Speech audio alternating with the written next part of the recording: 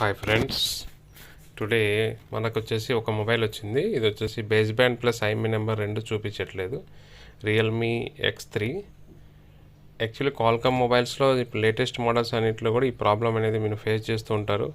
Like ఎంఐలో కానీ, పోకోలో కానీ, వన్ప్లస్లో కానీ క్వాల్కామ్ చిప్ సెట్ ఉన్న మొబైల్స్లోనే మనకి ప్రాబ్లం అనేది వస్తుంది. రెగ్యులర్గా అయితే ఇది బేస్ బ్యాండ్ ఐసీలో ప్రాబ్లం ఉంటుందన్నమాట.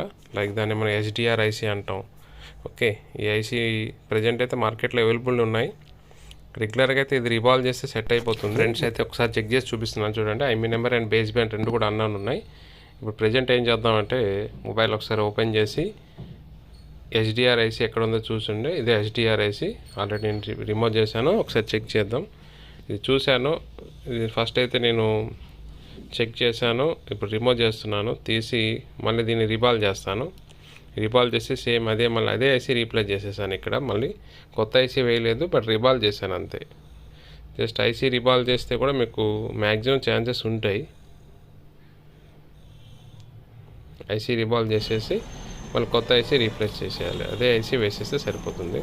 కొత్త వేసేసినా సరిపోతుంది, బట్ న్యూ ఐసీ వేయడం అనేది మనకి ఫస్ట్ చేయకూడదు. ఫస్ట్ అది సేమ్ ఐసీని రివాల్వ్ చేయడం బెటర్ ఉంటుంది, అవుట్పుట్ ఉంటుంది. ఓకే, ఆల్రెడీ రీప్లేస్మెంట్ అయిపోయింది.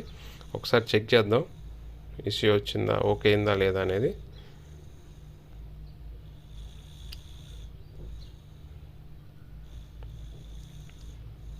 రెగ్యులర్గా క్వాల్కామ్ చిప్ సెట్స్లోనే మీకు ఈ ప్రాబ్లమ్స్ అనేవి ఫేస్ చేస్తారు. చెక్ చేయండి. IME number plus base band one time మనకి చూపించట్లేదంటే మీరు 100% మీకు HDR ఐసీ ఇష్యూ ఉంటుంది. రీప్లేస్ చేయండి, 100% సొల్యూషన్ ఉంటుంది. ఆల్రెడీ చాలా ఫోన్స్లో నేను చెక్ చేశాను, 100% అవుట్పుట్ అనేది ఉంది. కాబట్టి మీరు కూడా చేయొచ్చు. ఈజీగానే ఉంటుంది, ప్రాబ్లం ఏం లేదు. రిస్క్ అయితే ఏం లేదు, డెడ్ రిస్క్ అసలు లేదు. కాబట్టి నో ప్రాబ్లం. బట్ చేసేటప్పుడు మాత్రం కొంచెం కేర్ఫుల్గా చేసుకోవాలి. సీల్డ్ ఓపెన్ చేసేటప్పుడు కానీ అట్లాంటప్పుడు టెంపరేచర్ ప్రజెంట్ అయితే క్లాసెస్ అయితే రన్ అవుతుంటే మన దగ్గర అన్ని అడ్వాన్స్డ్ చిప్ లెవెల్ ట్రైనింగ్ అయితే జరుగుతుంది. కంప్లీట్గా నేను ప్రాక్టికల్ అయ్యి చూపిస్తాను అనమాట. క్లాస్లో అంతా ప్రాక్టికలే జరుగుతుంది. ప్రాక్టికల్స్ క్లాసెసే ఎక్కువ ఉంటాయి మన దగ్గర.